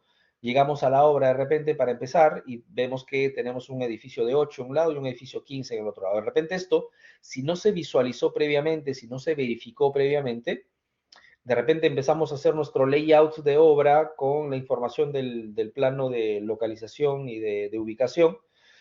Hicimos ubicación de grúas torre, de toda nuestra infraestructura y de repente por una cuestión de realismo mágico tenemos que cambiar eso, ¿no? Entonces es fundamental conocer el predio, conocer el entorno, conocer la dinámica del entorno, conocer la dinámica del entorno es fundamental. El estado de los edificios medianeros, ya que es importante, ¿no? Reflexionando juntos, siempre meditando juntos. Algo que yo siempre practico y lo que siempre recomiendo también es que si usted es el responsable de un proyecto, antes de empezar a construir de manera masiva, ¿no? Antes de empezar los procesos de excavación, por ejemplo, o cuando esté en proceso de implantación, de delinear su layout en la obra, de la infraestructura preliminar, antes de empezar, trabajo grueso, como llamamos, es fundamental que usted se presente directamente, con todos los vecinos. ¿De acuerdo? Vaya, toque timbre, si es una unifamiliar, busque usted al jefe de casa, si es una multifamiliar, busque usted al presidente de la junta de propietarios, y así, ¿no? Es bueno porque crea, cuando nosotros empezamos un proyecto de construcción, de alguna manera estamos rompiendo el statu quo. La gente está organizada, el vecindario cercano, está pues dentro de una rutina que nosotros vamos a empezar a romper. Y eso en principio te genera, pues si bien es cierto, finalmente va a generar plusvalía seguramente a la zona, pero durante los procesos constructivos, pues eso es tedioso, ¿no? Nosotros hemos estado del otro lado también, cuando estamos viviendo tranquilos y viene una constructora que va a empezar un edificio de 20 pisos al costado de mi casa, ¿no? Pongámonos en el lugar del otro siempre también, ¿de acuerdo? Entonces, sí se va a generar alguna suerte de malestar, vamos a ver, va a haber polución, va a haber ruidos, va a haber gente nueva que no conocemos en el barrio, peleas con la gente de construcción civil eventualmente, más negocios informales, mucha mayor presencia de vehículos de repente, vehículos pesados, semipesados que van a pasar por ahí. Entonces vamos a generar una serie de distorsión, vamos a romper un poco el statu quo y finalmente eso pues no es gracioso para los que viven o van a tener que soportar esa situación durante varios meses, ¿no? Entonces, en esos casos es importante tocar timbres, ¿no? En esos casos es importante, en ese caso es importante tocar timbres, presentarse de manera directa. Yo soy el ingeniero Eric Flores, soy el ingeniero residente del proyecto que vamos a empezar. De manera muy general, es un proyecto de viviendas que va a tener 8 pisos, el tiempo proyectado en su ejecución es tanta cantidad de tiempo. Me presento, yo soy el ingeniero residente, soy responsable del proyecto. Para cualquier consulta que usted tenga, para cualquier conversación que quiera, coordinación que tenga respecto de la ejecución propia del proyecto, sírvase por favor de mi teléfono, estoy permanentemente en la obra, pues es mi connotación de ingeniero residente, romper un poco el hielo en principio, ¿de acuerdo? Eso es importante por cuestión de responsabilidad y por cuestión de respeto también, por cuestión de respeto, ¿de acuerdo? Habrán unos que nos abren la puerta, habrán otros que no, aquellos que no, es bien pasar una carta siempre, para que estén perfectamente enterados de lo que se va a hacer, cuándo va a empezar y cuándo se pretende terminar. ¿De acuerdo? Luego habla de el estado de los edificios mediados. Cuando nos hemos presentado, ya luego hay que dar el siguiente paso, ¿no? Sobre todo cuando la obra que vamos a hacer, sobre todo vamos a hacer excavación profunda, que puede comprometer de alguna manera, pues, o pudiese generar alguna suerte de daño a las edificaciones vecinas, hay que estar muy atentos con eso, ¿no? Hay que hacer un levantamiento conjunto del estado situacional, arquitectónico y estructural de las viviendas existentes. Bueno, muchas veces, de preferencia, que sea notarial, ¿de acuerdo? Eso es importante para deslindar responsabilidades futuras, ¿de acuerdo? Bien, bueno, habría mucho más que hablar de eso, pero seguimos mejor. Ancho de aceras y calzadas para la operatividad del proyecto es fundamental, por dónde entramos, por dónde salimos, por dónde van los equipos medianos, los equipos pesados, se puede poner equipos pesados por todo lado, cuáles son las zonas más aparentes para colocar las puertas, en fin. La existencia de mano de obra, proveedores, fabricantes de materiales, recursos, ¿no? Si bien es cierto en Lima o dentro de una construcción citadina, capitales del departamento, ciudades importantes, de repente eso se da por descontado, pero eso no pasa en todas partes, ¿cierto?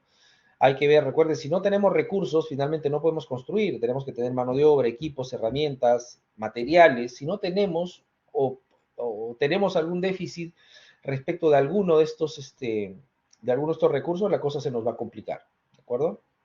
Es algo que tenemos que controlar a priori, manejar a priori.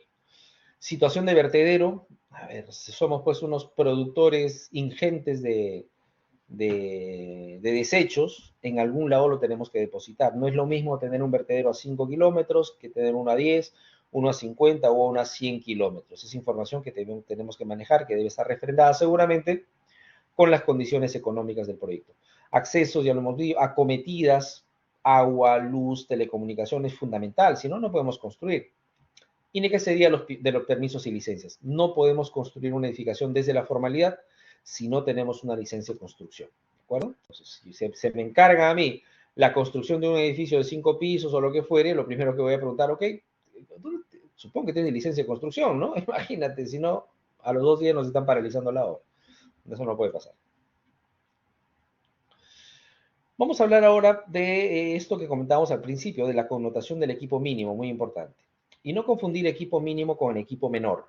Una cosa es el equipo mínimo de obra y otra cosa es el equipo menor. El equipo menor, muy rápidamente, es el equipo que normalmente tenemos de backup para cualquier eventualidad en nuestros almacenes de obra, ¿no? Siempre tenemos pues un trompito, una mezcladora, o uno, dos, o los que fueren, máquinas de soldar, tenemos pues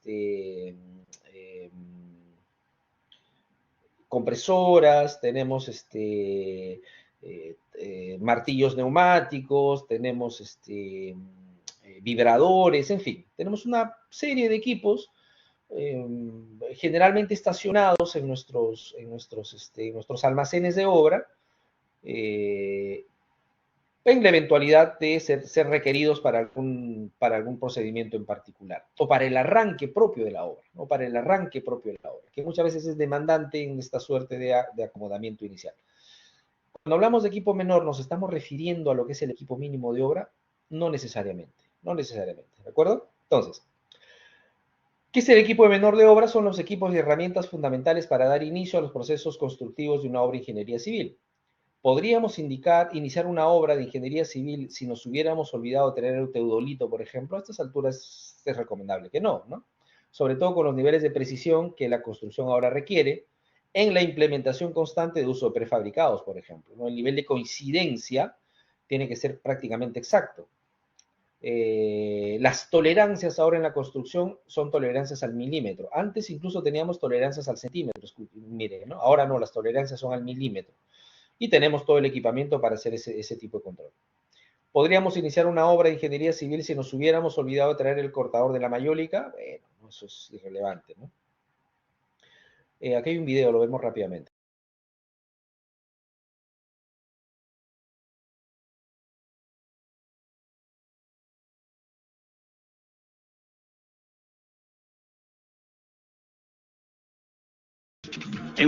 En una obra se requiere de una gran cantidad de herramientas y equipos que sirven para realizar las tareas de la manera más adecuada.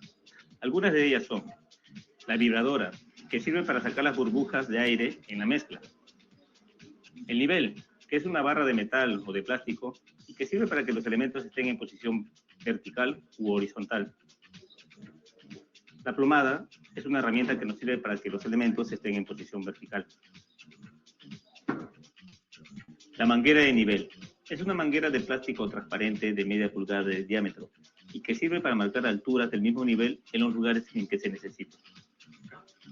La trampa, que sirve para doblar las varillas de fierro con la ayuda del tubo de doblado. El tubo de doblado es un tubo de acero cuya longitud varía según el grosor de la varilla de fierro que se va a doblar. La wincha,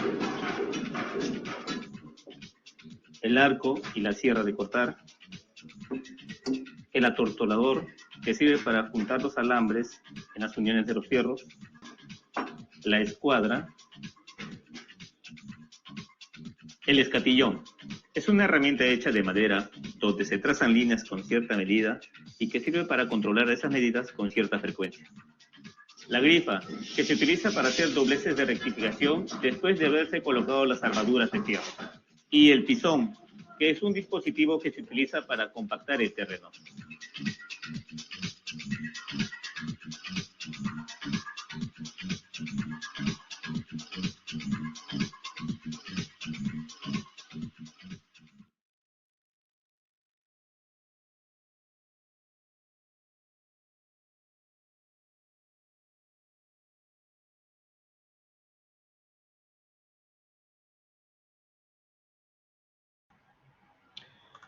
Bien, una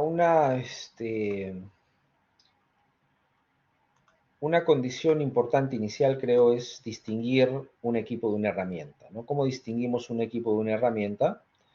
Distinguir equipos de herramientas básicamente va de la mano por cómo consideramos el consumo del recurso en el análisis de precios unitarios. Normalmente cuando hablamos de equipos, el consumo del equipo lo analizamos por horas máquinas, ¿de acuerdo?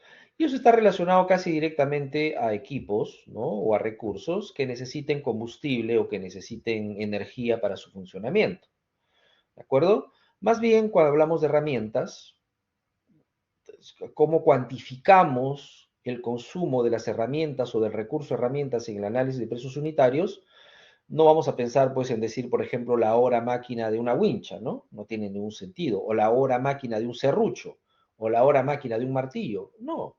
Estos elementos, estos utensilios que son particularmente perecibles, ¿no? Con alto nivel de reposición en el horizonte de la ejecución del proyecto, se meritúan y se analizan desde lo económico como un porcentaje de la mano de obra. Generalmente entre el 3 y el 7%, dependiendo del analista y dependiendo de la partida en particular. Importante amerituar. ¿De acuerdo? Entonces, seguimos todavía sin contestarnos de manera seria cuáles son entonces los equipos mínimos de obra. ¿De acuerdo? ¿Cuáles son los equipos mínimos de obra? Y otra pregunta sería, ¿es discrecional al ingeniero presidente, por ejemplo, elegir para la ejecución de una partida cuáles equipos va a utilizar para finalmente conseguirlo? Y la respuesta es no. Los equipos mínimos de obra están claramente indicados en los documentos contractuales, en los documentos del expediente técnico. ¿Y a qué me refiero?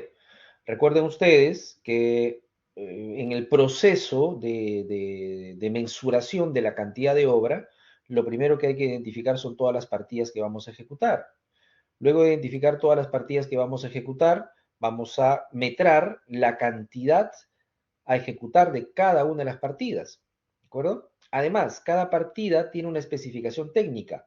¿Enfocada en qué? Enfocada en el nivel de calidad que el cliente está dispuesto a pagar por la ejecución de cada una de esas partidas. Y finalmente, para completar el costo, necesitamos un precio por cada unidad de medida. Y cuando hablamos de un precio por cada unidad de medida, hablamos de los análisis de precios unitarios. Y cuando hablamos de análisis de precios unitarios, cuando hablamos un poco de los expedientes técnicos, dijimos que no es otra cosa que un aparejo matemático con el que se evalúan qué recursos vamos a consumir para completar o para conseguir una unidad de medida de cada una de las partidas que vamos a ejecutar. Entonces yo me pregunto, mire, si se me encarga de ejecutar una partida, esa partida tiene una especificación técnica, ¿de acuerdo? Que yo estoy obligado a cumplir como ingeniero residente. Si en los metrados dice la cantidad que voy a ejecutar de esa partida, y además está adjudicado un precio que yo me he comprometido y que me van a pagar, ¿no? Yo ejecuto y me van a pagar un precio por cada unidad de medida. Ese precio que digamos que el cliente se compromete a pagar y que yo he aceptado que se me pague, tiene unas condiciones en su ejecución propias de las especificaciones técnicas. Es decir, entonces, para cerrar y redondar el tema del equipo mínimo o la connotación del equipo mínimo es el siguiente. El equipo mínimo es el equipo mínimo indispensable, miren, es el equipo mínimo indispensable que yo debo contar en mi proyecto para la ejecución de cada una de las partidas que se me encarga. Entonces, si a mí se me encarga, por ejemplo, me toca hacer la partida concreto en columnas, yo tengo que buscar las especificaciones técnicas y el análisis de precios unitarios de esa partida y ver qué recursos estoy obligado a contar en la obra para conseguir y completar esa partida. Para que se entienda. Para que se entienda. Para que se entienda.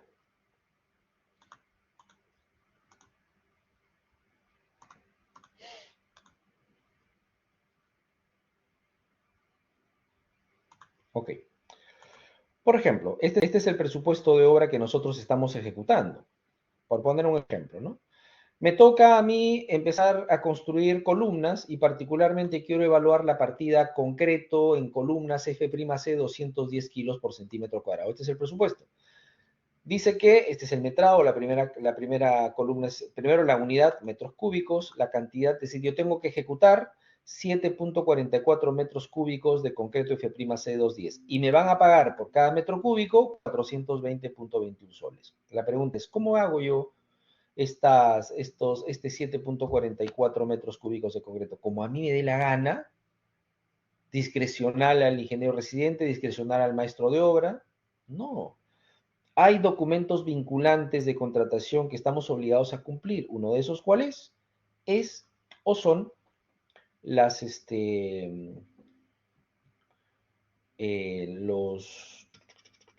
los análisis de precios unitarios. Entonces buscaré, ¿no? ¿Qué recursos debo consumir?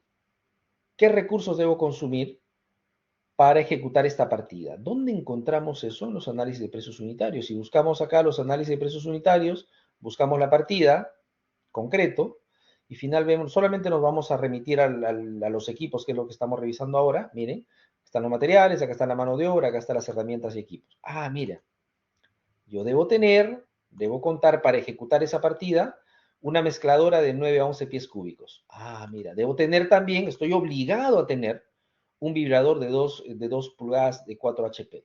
Estoy obligado a tener también un winch eléctrico de 2 tambores. Ah, mire, entonces no es discrecional al ingeniero residente. Es un tema contractual. Entonces, ¿de dónde salen entonces los equipos mínimos? Los equipos mínimos que estamos obligados a tener para la ejecución de la partida están especificados de manera concreta en los análisis de precios unitarios. ¿De acuerdo? Se pueden cambiar.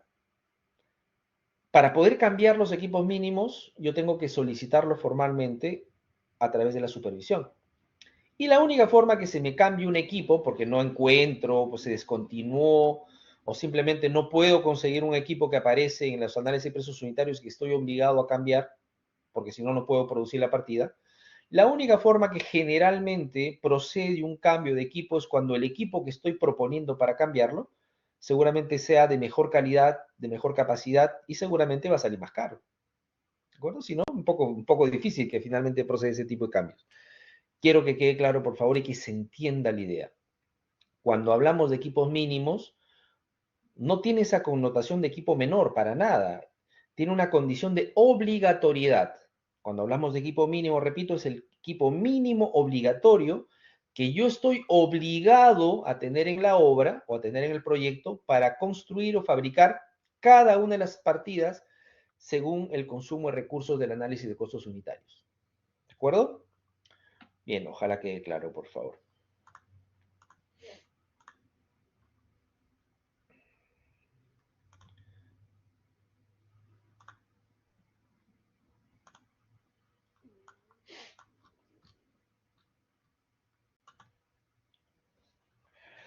Muy rápidamente, por favor, cuando hablamos de equipos, la maquinaria o equipos para la actividad de la construcción es uno de los bienes de capital más costoso. Por ello,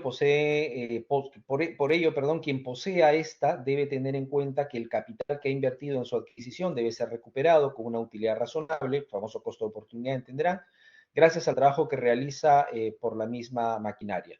El costo de posesión y operación de la maquinaria se define como la cantidad de dinero en adquirirla y operarla, es decir, hacerla funcionar, realizar trabajos y mantenerla en buen estado de conservación antes, durante y después de su uso, con un adecuado programa de mantenimiento, a lo que habría que agregar que dicha maquinaria deberá estar debidamente almacenada, contar con los seguros correspondientes y pagar los impuestos que indique la legislación vigente. Hay un documento que seguramente ustedes van a usar para cuantificar las horas máquinas a adjudicar en los análisis de precios unitarios, el costo de la hora máquina, a adjudicar en el análisis de costos unitarios, que es este proyecto normativo que dice elementos para la determinación del costo horario de los equipos y la maquinaria del sector construcción. Es un documento importante que seguramente al que van a recurrir, porque es un procedimiento bastante detallado, cómo calcular el costo de la hora máquina para consignarlo en los análisis de precios unitarios.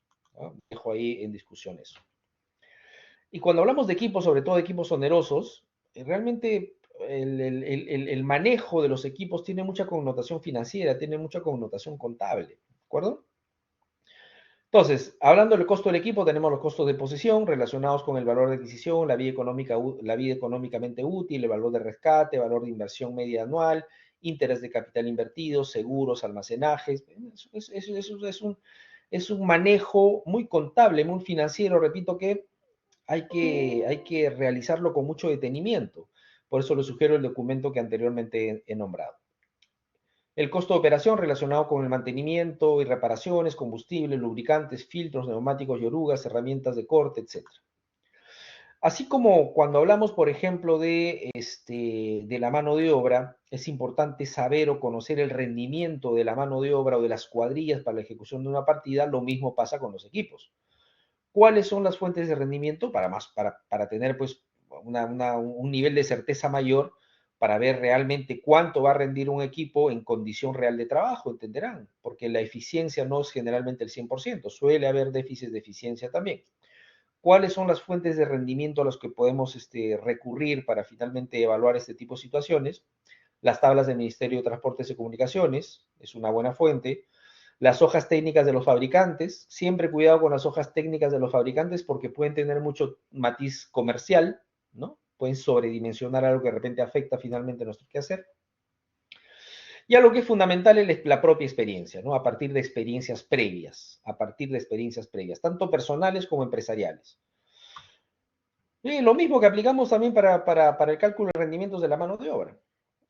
Factores que influyen en el rendimiento, tenemos factores primarios, factor humano, geográfico, la naturaleza del terreno y factores secundarios, proporciones del equipo, metas a alcanzar, distancias a las que hay que recorrer internamente, uso adecuado o inadecuado del equipo, seguramente entre otros.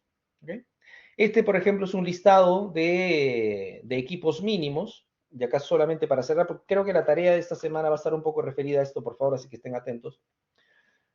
Este listado de dónde sale, este listado sale de analizar las exigencias y los equipos que están consignados en los análisis de precios unitarios. ¿De acuerdo? Pero además de eso, solamente ya pensando en voz alta, yo les puedo pedir también, por ejemplo, cuántas horas máquina, por ejemplo, necesito del cargador martillo. Puedo encontrar cuántas horas máquina necesito, cuántas horas máquina necesito de este demoledor, por ejemplo. ¿Cuántas horas máquina necesito de este rodillo vibratorio? ¿Puedo calcularlo?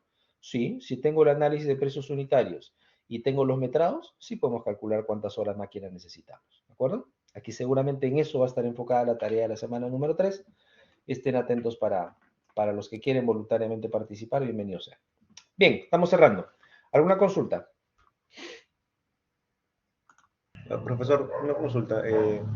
¿La PC1 va a haber cálculo, como lo está mencionando, o como la tarea lo ha dejado? ¿Cómo? ¿En la PC1 va a haber solamente teoría o cálculos también? Porque en la tarea 2 dejó cálculos. No lo sé, ¿no? Depende de lo que cada profesor quiera proponer. ¿A qué se refiere con cálculos necesariamente? Siempre un examen de ingeniería tiene que calcular algo, ¿no? Correcto, correcto.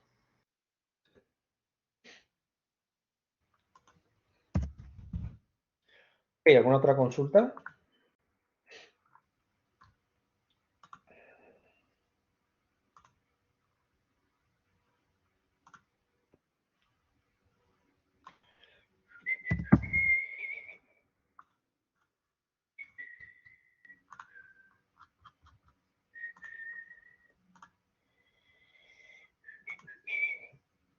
Bien, un placer como siempre, que estén muy bien, un fuertísimo abrazo, que tengan un excelente fin de semana. Hasta el día lunes con ustedes, que estén muy bien. Gracias, cuídense, un placer.